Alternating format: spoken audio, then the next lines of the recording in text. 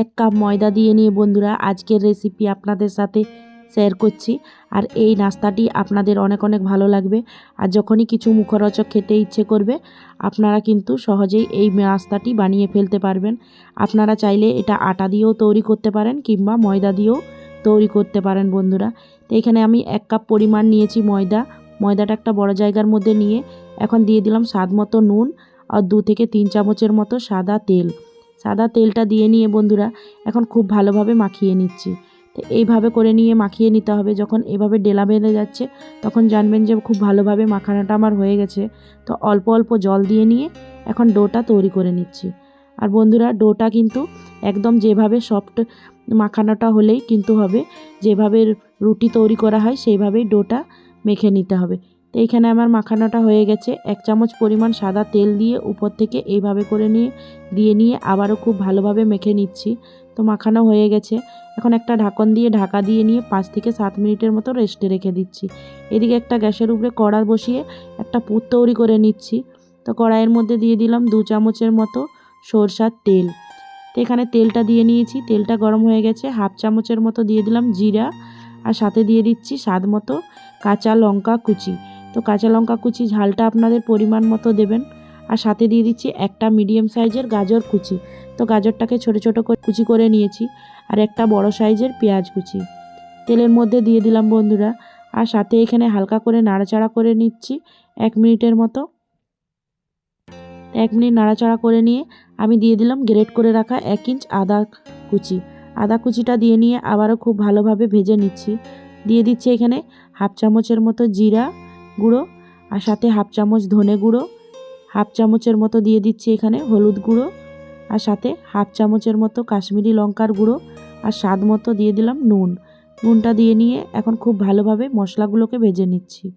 তো এখানে 1 মিনিটের মতো খুব ভালোভাবে মশলাটাকে ভাজা হয়ে গেছে। আর এখানে নিয়েছি বন্ধুরা সেদ্ধ করে রাখা আলু, মিডিয়াম সাইজে 3টে আলু নিয়েছি ছোট ছোট করে নিয়ে। তো এখন এইভাবে করে মশলার মধ্যে হাত দিয়ে একটু চেপে নিয়ে ভেঙে নিয়ে মশলার মধ্যে দিয়ে দিলাম। দিয়ে নিয়ে খুব ভালোভাবে সব কিছু একসাথে ভালো করে মিশিয়ে নিচ্ছি। তো এখানে 1/2 চামচ গরম মশলা পাউডার দিয়ে দিলাম উপর থেকে আর অল্প পরিমাণ কিছুটা চিনিয়া বাদাম। তো ভেজে রাখা বাদাম দিয়ে ধনেপাতা কুচি দিয়ে দিলাম। ধনেপাতা কুচিটা দিয়ে নিয়ে আবারও খুব ভালোভাবে পুরটার মধ্যে ভালো করে মিশিয়ে নিচ্ছি। এখন বন্ধুরা দেখতেই পাচ্ছেন পুরটা কিন্তু খুব সুন্দরভাবে তৈরি হয়ে গেছে। তো এইভাবে করে নিয়ে আলুর একটা পুর তৈরি করে নিলাম। তো পুরটা এখন তৈরি হয়ে গেছে, একটা জায়গার মধ্যে আমি তুলে নিচ্ছি। তো দেখুন এখন পুরটাকে আমি সম্পূর্ণ একটা প্লেটের মধ্যে তুলে নিয়েছি। এটা এখন খুব ভালোভাবে ঠান্ডা করে নিচ্ছি। ঠান্ডা করে নেওয়ার পরে এইদিকে চলে যাব বন্ধুরা আগে থাকতে যে ময়দাটা মেখে রেখেছিলাম সেই ময়দাটা ঢাকনটা খুলে নিয়ে এখন দেখে নিচ্ছি। তো ময়দাটা অনেকটা পরিমাণ সফট হয়ে গেছে। আবারও ভালোভাবে খুব ভালো করে মেখে নিচ্ছি। তো মাখানাটা কিন্তু আমার খুব সুন্দরভাবে হয়েছে। এখন হাতের মধ্যে এভাবে একটু গোল করে নিয়ে ছোট ছোট লেচি কেটে নিচ্ছি। তো এভাবে যেভাবে লুচির লেচি কাটা হয় সেইভাবে কিন্তু লেচিগুলো আমি কেটে নিচ্ছি। তো এইভাবে লেচিগুলো আমার কাটা হয়ে গেছে বন্ধুরা। এখন হাতের তালুর মধ্যে দিয়ে নিয়ে এখন সুন্দরভাবে গোল করে নিচ্ছি। তো এইভাবে করে নিয়ে গোল করে নিতে হবে বন্ধুরা। তো আবারও গোল করা হয়ে গেছে। তো চাকলার মধ্যে আমি এখন খুব ভালোভাবে বেলে নিচ্ছি। যেভাবে লুচি তৈরি করা হয় সেইভাবে করে নিয়েই বেলে নিতে হবে। তো এখন বন্ধুরা লুচির আকারে আমি বেলে নিয়েছি। এইভাবে করে নিয়ে বেললেই কিন্তু সুন্দর নাস্তাগুলো তৈরি হয়ে যাবে। আর এখানে বন্ধুরা আমি সবগুলোকেই সেম এইভাবে করে নিয়েই বেলে নিয়েছি। তো সবগুলো বেলা হয়ে গেছে আমার। তো একটা লুচির উপরে আমি এখন দিয়ে দিচ্ছি অল্প পরিমাণ তেল মাখিয়ে। এখন আবার একটা লুচির উপর থেকে দিয়ে দিলাম। আবারও অল্প পরিমাণ তেল মাখিয়ে উপর থেকে আবারও একটা লুচি দিয়ে দিচ্ছি। এইভাবে আমি 3টে লুচি লেয়ার বাই লেয়ার দিয়েছি। দিয়ে নিয়ে আবারও খুব ভালোভাবে এখন বেলে নিচ্ছি। তো একটু রুটির সাইজের করে নিয়ে বেলে নিতে হবে। তো এভাবে এখন লুচির সাইজের করে নিয়ে বেলে নিয়েছি। একটা ছুরির সাহায্যে এখন 4-5টা এখন এভাবে করে নিয়ে কেটে নিচ্ছি। তো বন্ধুরা আপনারা চাইলে কিন্তু যেভাবে আপনাদের পছন্দ হবে সেইভাবে করে নিয়ে আপনারা কেটে নিতে পারেন। আর সেইভাবে কিন্তু আপনারা নাস্তাগুলো তৈরি করে নিতে পারেন। আর বন্ধুরা আমি এইভাবে করে নিয়ে গোল করে কেটে নিয়েছি। এভাবেই নাস্তাগুলো তৈরি করে নেব। তো এখানে যে পুরটা তৈরি করে রেখেছিলাম এখানে মাঝখানটায় পুরটা দিয়ে নিয়ে অল্প কিনারগুলোয় একটু করে জল দিয়ে নিয়ে এখন সাইডটা আমি খুব ভালোভাবে এইভাবে মুড়ে নিচ্ছি। তো দেখুন বন্ধুরা, এক সাইডটা কিন্তু খুব ভালোভাবে চেপে চেপে বন্ধ করে নিচ্ছি। আর সুন্দরভাবে একটা নাস্তা তৈরি হয়ে গেছে। আর সেম এইভাবে করে নিয়েই সব নাস্তাগুলো তৈরি করে নিচ্ছি। তো এখানে দেখতেই পাচ্ছেন সব নাস্তাগুলো তৈরি করে নিয়েছি। তো এখানে এক কড়া বসিয়ে তেল আগে থাকতেই গরম করে নিয়েছিলাম। তো এখন মিডিয়াম টু লোয়ের মধ্যে এখন সব নাস্তাগুলো তেলের মধ্যে ছেড়ে দিচ্ছি।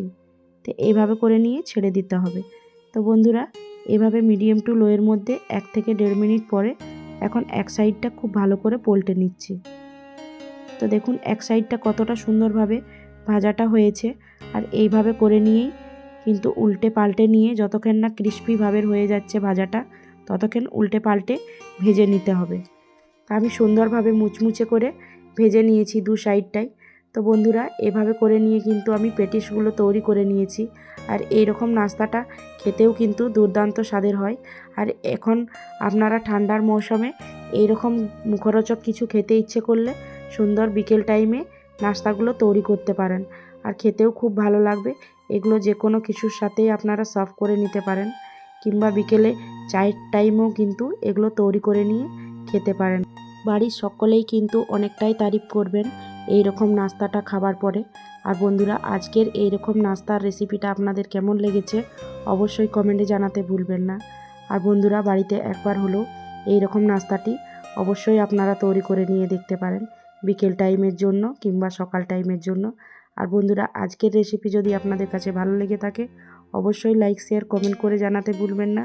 আবার কোনো রেসিপির সাথে দেখা হবে। ভালো থাকুন, সুস্থ থাকুন, টাটা।